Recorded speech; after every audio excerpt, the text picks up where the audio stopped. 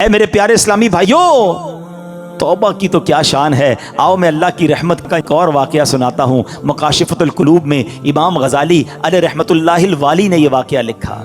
بنی اسرائیل میں ایک نوجوان تھا، 20 سال تک تو اس نے اللہ کی خوب عبادت کی، پھر اگلے 20 سال اس نے اللہ کی بہت نافرمانی کی۔ پھر آئینہ دیکھا تو داڑھی کے بال سفید ہو گئے تھے۔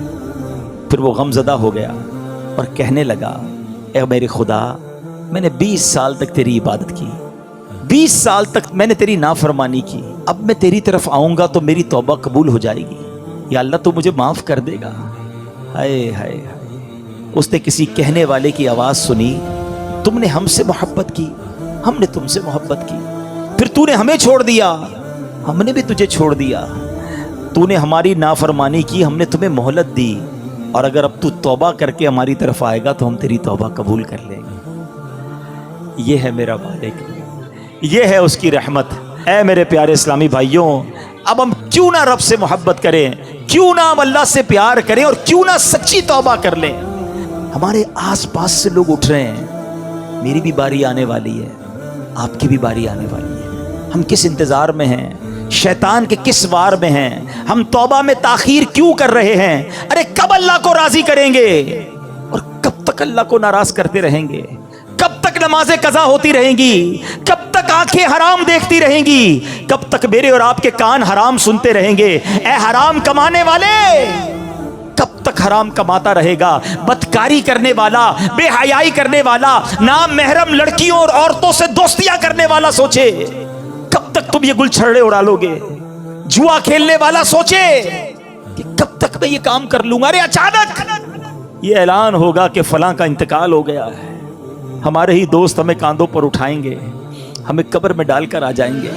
یہ دوست جو آج تھوڑی سی ہماری گھبراہٹ پر ہمارے ساتھ کھڑے ہو جاتے ہیں، پتہ ہے جب قبر میں اتاریں گے نا تو لوگ کہہ رہے ہوں گے ذرا صحیح طریقے سے مٹی ڈالو، کوئی سوراخ باقی نہ بچ جائے۔ ہوا بھی نہیں چھوڑیں گے، ایک سوراخ بھی نہیں چھوڑیں گے، مجھے اور آپ کو تنہا قبر میں چھوڑ کر آ جائیں گے۔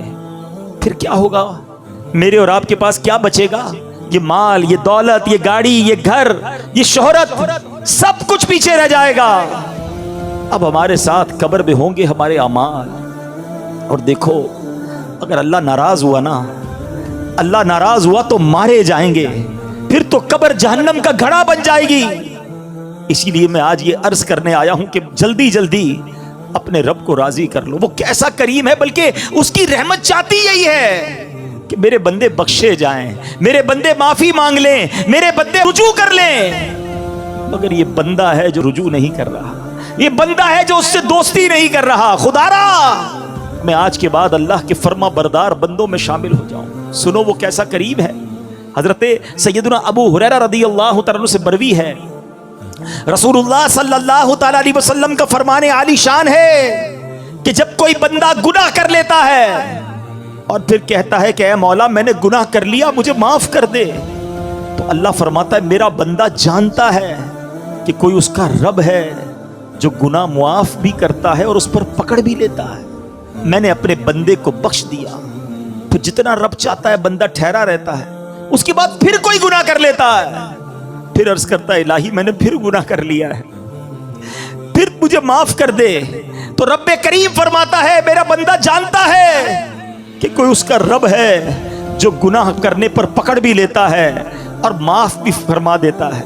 میں نے اپنے بندے کو بخش دیا، پھر اس بندے سے پھر گناہ ہو جاتا ہے، وہ پھر اللہ سے کہتا ہے، تیسری بار کہتا ہے اے اللہ پھر گناہ ہو گیا ہے، اے رب کریم مجھے معاف کر دے۔ تو رب فرماتا ہے میرا یہ بندہ جانتا ہے کہ اس کا کوئی رب ہے جو گناہ کرنے پر پکڑتا ہے اور معاف مانگنے پر معاف بھی کر دیتا ہے۔ میں نے اپنے بندے کی بخشش فرما دی، اب جو چاہے کرے۔ یعنی اللہ اس کی بے حساب بخشش فرما دیتا ہے۔ اور یہ میں نے بخاری شریف کی حدیث سنائی ہے۔ سوچو کیوں اللہ سے دوستی نہیں کرتے ہم؟ کیوں میرے پیارے اسلامی بھائیوں اللہ سے دوستی نہیں کرتے؟ ایک بار آج اللہ سے دوستی کر کے میں نے اور آپ نے سچی توبہ کر کے جانا ہے اور اللہ کی بارگاہ میں یہی عرض کرنا ہے کہ مولا کمزور ہوں، گناہ ہو گئے، معاف کر دے۔ اے اللہ میں مانتا ہوں میں گناہ گار ہوں، مجھے معاف کر دے۔ اے اللہ میں آئندہ گناہ نہیں کروں گا، مجھے معاف کر دے۔ اگر تو نے پکڑ لیا میں مارا جاؤں گا، میرے پاس کوئی حساب نہیں ہے، مجھے معاف کر دے، میں مانتا ہوں میں نے کئی بار توبہ کی مگر پھر گناہ کیے، مولا معاف کر دے، تجھ سے معافی نہیں مانگوں گا تو کس سے مانگوں گا، مولا معاف کر دے۔ اے اللہ تو ماں سے زیادہ اپنے بندے کو چاہنے والا ہے، آج کے اجتماع میں کرم کر مالک، معاف کر دے، کیونکہ مجھے نہیں پتا میری زندگی کی کون سی رات آخری رات ہے، کیا معلوم کسی کا انتقال آج بھی تو ہو سکتا ہے نا۔ ہے کوئی ایسا جس کے پاس یہ گارنٹی ہو کہ وہ آج زندہ گھر جائے گا؟ ہم میں سے تو کسی کو نہیں پتا۔ آگاہ اپنی موت سے کوئی بشر نہیں، سامان 100 برس کا ہے، پل کی خبر نہیں، تو پھر کس بات کا انتظار ہے؟ یاد رکھو بے وفا دنیا پہ مت کر اعتبار، تو اچانک موت کا ہوگا شکار، موت آ کر ہی رہے گی یاد رکھ، جان جا کر ہی رہے گی یاد رکھ، کر لے جو کرنا ہے آخر موت ہے، ایک دن مرنا ہے آخر موت ہے۔ اے میرے پیارے اسلامی بھائیو، آئیے اپنی زندگی پر نظر دوڑائیں، اپنے آپ سے ایک سوال کرتے ہیں، آج میں بھی کرتا ہوں اور آپ بھی کریں کہ اگر میرا آج انتقال ہو گیا تو کیسی زندگی گزری ہے؟ اللہ راضی ہوگا؟ کیونکہ یاد رکھنا مرنے کے بعد قبر 2 طرح کی ہوتی ہے، یا تو جنت کا باغ ہوتی ہے یا تو دوزخ کا گڑھا۔ اپنے آپ سے میں سوال کروں، آپ بھی کرو، اگر میں آج مر گیا تو قبر کیسی ہوگی؟ جنت کا باغ ہوگی؟ پھر تو ٹھیک ہے، لیکن اگر ڈر لگ رہا ہے کہ نہیں ابھی نہیں مرنا ہے، ابھی تو توبہ کرنی ہے، ابھی تو نیکیاں کرنی ہے، اللہ کو راضی کرنا ہے، بہت سارے گناہ ہیں، پھر کب توبہ کرو گے؟ ایکچولی شیطان چاہتا یہی ہے کہ میں اور آپ توبہ نہ کریں، میں اور آپ اللہ سے دوستی نہ کریں۔ شیطان پتہ کیا کہتا ہے؟ یہ ہو سکتا ہے اس وقت بھی کسی کے کان میں کہہ رہا ہو کہ یار یہ مولانا صاحب باتیں تو صحیح کر رہے ہیں لیکن ابھی نہیں، تھوڑے دنوں بعد توبہ کر لیں گے، ہاں ابھی تو جوانی ہے، ابھی تو مزے کرنے دو، اس کے بعد بڑھاپے میں اللہ اللہ ہی کرنا ہے اور کیا کرنا ہے۔ یہ شیطان کا بڑا وار ہے، وہ توبہ میں تاخیر کرواتا ہے۔ میں آپ سے سوال کرتا ہوں کہ اگر آپ نے یہ سوچا ہوا ہے کہ میں بڑھاپے میں جا کر نمازی بھی بن جاؤں گا، گناہ بھی چھوڑ دوں گا، چہرے پہ داڑھی بھی سجا لوں گا، تو کیا نوجوان نہیں مرتے؟ آپ کے پاس گارنٹی ہے کہ آپ بوڑھے ہو سکیں گے؟ خدا را شیطان کے اس وار میں نہ ہو، بلکہ جوانی کی توبہ تو اللہ کو بڑی پسند ہے۔ ہاں، جو جوان توبہ کرتا ہے نا وہ اللہ کو کیسا پسند ہے، آؤ میں آپ کو ایک حدیث سناتا ہوں۔ اے میرے نوجوانوں، گناہ مت کرو، اللہ کی بارگاہ میں اللہ سے دوستی کر لو، تو اللہ کو نرمی والا، عاجزی والا نوجوان پسند ہے۔ اللہ ایسے نوجوان پر جو جوانی میں عبادت کرتا ہے نا، اپنے فرشتوں کے سامنے فخر فرماتا ہے کہ یہ میرا بندہ ہے۔ اب اپنے آپ سے سوال کرو کہ ہم اللہ کے کیسے بندے ہیں؟